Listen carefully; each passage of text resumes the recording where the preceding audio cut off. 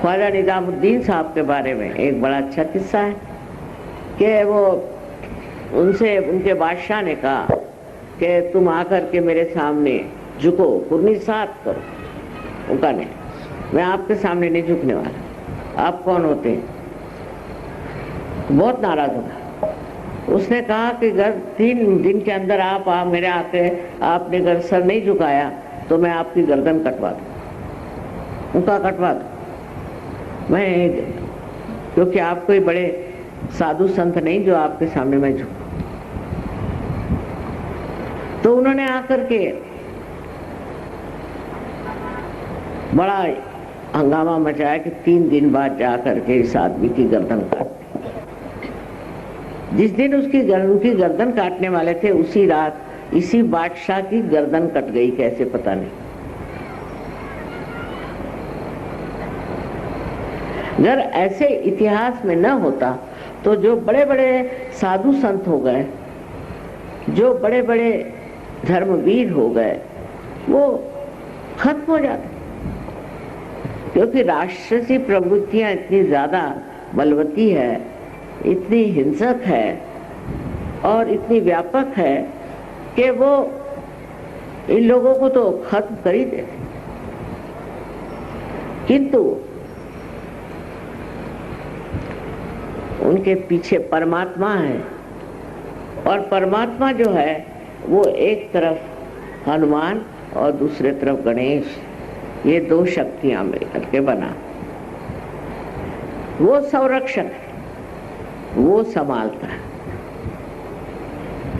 राणा प्रताप का किस्सा है मेवाड़ के, कि वो जब लड़ाई में गए तो उनके सैनिकों ने सोचा कि भाई ये तो हारने वाले, तो उनसे कहले आप वापस जाइए, क्योंकि हम चाहते हैं आप बच जाएं मेवाड़ के लिए। सुनता नहीं, तुम लोग सब वापस जाओ, मैं तो ऐसे ही डटा रहूंगा, क्योंकि गण मेरे साथ खड़े हुए हैं। सहयोगी थे ना वो भी।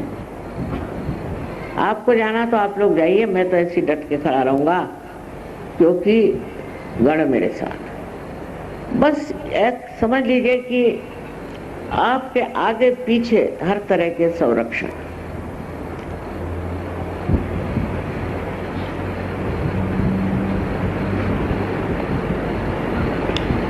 पर इस संरक्षण को मिलते ही मनुष्य में क्या होना चाहिए, सतयुग में क्या होना चाहिए? वो धीर, गंभीर और किसी से डरने वाला इंसान नहीं होता।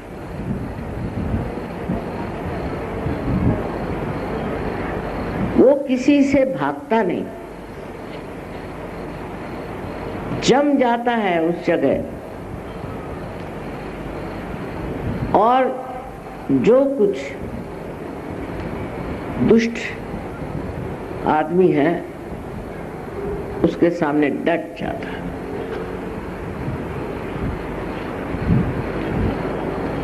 उसको कुछ करने की जरूरत नहीं। वो जमाना क्या, अब तो आप सिर्फ खड़े हो जाए वो दूसरा भाग जाएगा, उसको पता नहीं चलेगा क्या हो रहा। ऐसे अनेक अनेक अनुभव सहयोगी मुझे लिख के भेजते हैं कि मैं ऐसा हुआ वैसा हुआ, ये बात हुई। नहीं तो इस परदेसी लोगों के सामने सहयोग फैलाना कोई आसान चीज नहीं है।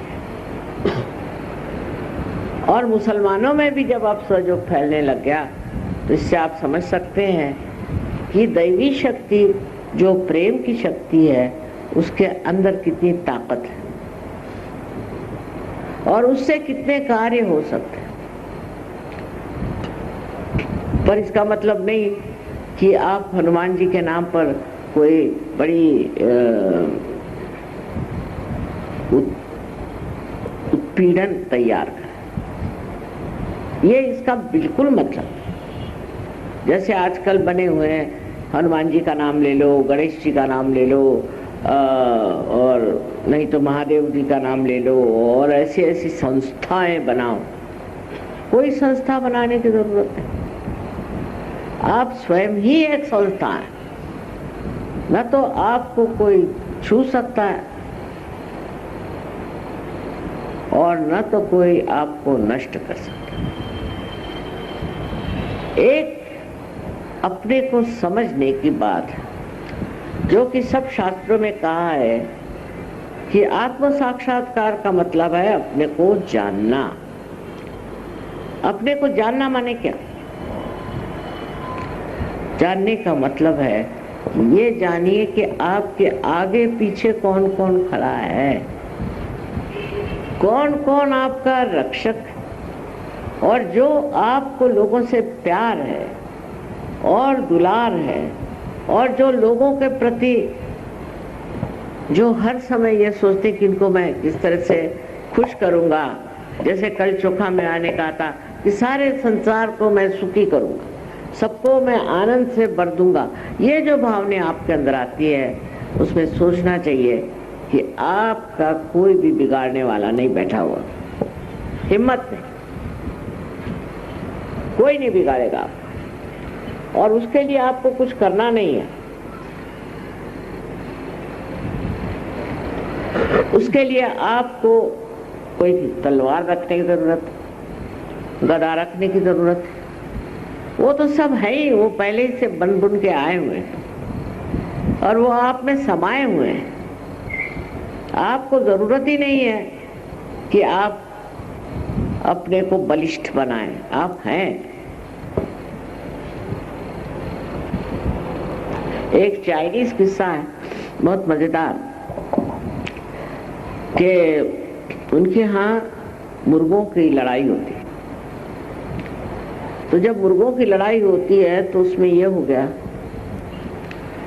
कि किसी तरह से एक राजा को ऐसा लगा कि कोई साधु के पास ले जा। तो ये मुर्गे जो हैं ये साधु से सीख ले कि दुनिया से कैसे लड़ना चाहिए, क्योंकि ये साधु किसी से लड़ता नहीं पर इसको कोई छूता भी नहीं, इससे लोग दूरी भागते हैं और उसके तरफ नतमस्तक रहते हैं। तो ऐसी कौन सी इसमें बात है कि ये इस तरह से इस दुष्ट दुनिया में इस तरह से रह रहे हैं। तो साधु ने कहा कि अच्छा तुम मुर्गों को छोड़ दो। तो एक मुर्गा उसके पास वो छोड़ के चलेगा। 1 महीने बाद वो मुर्गा वो ले गए और उसको, यहाँ लड़ाई हो रही थी, बहुत सारे मुर्गे जिसमें थे ऐसे प्रांगण में ले जाके छोड़ दिया। तो अब मुर्गे जो ये महाराज थे ये अपने खड़े रह गए। अब सब मुर्गे आपस में लड़ रहे हैं, झगड़ रहे हैं, ये कर रहे हैं, वो कर रहे हैं, एक के बाद एक, एक के बाद एक, सब निकल गए। बस एक ये महाशय खड़े रहे। सब लोग इनसे डरने लगे कि इनको तो कुछ हो ही नहीं रहा, तो ये कोई विशेष है कि क्या। और आखिर में वही एक मुर्गा बचा रहा जो अपनी शान में खड़ा हो। सो आज जब हम हनुमान जी की यहाँ पूजा कर रहे हैं तो सोचना चाहिए कि हनुमान जी साक्षात हमारे अंदर बसते हैं।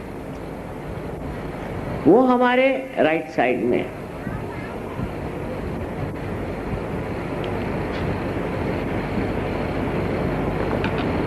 माने पिंगला नाड़ी पर काम करते हैं। पिंगला नाड़ी पर काम करते हैं और हमारे अंदर जोश भरते हैं और उससे उष्णता भी आती है इंसान में। पर उनका मार्ग ऐसा है कि आपके अंदर उष्णता भी आए और भक्ति भी साथ साथ चले। सो जो वो उष्णता आती है, जो जोश आता है, वो हमारे अंदर राइट साइड में काम करता है।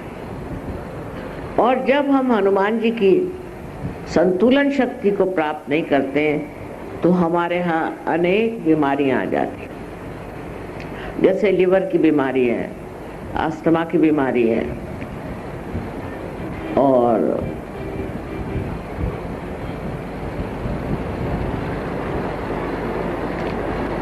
यहाँ तक हार्ट अटैक करना चाहिए आता है। और जब इनकी गर्मी नीचे की तरफ जाती है, हनुमान जी गर्मी को कंट्रोल करते हैं। पर जब गर्मी कंट्रोल नहीं होती है तो ऐसी ऐसी बीमारियां होती है कि जिनका कोई इलाज नहीं। ब्लड कैंसर हो सकता है इससे, और इंटेस्टाइनल ट्रबल हो सकता है। मैंने दुनिया भर की बीमारियां एक लिवर के खराबी से होती है, और लिवर की खराबी होती है क्योंकि हम हनुमान जी की बात नहीं मानते।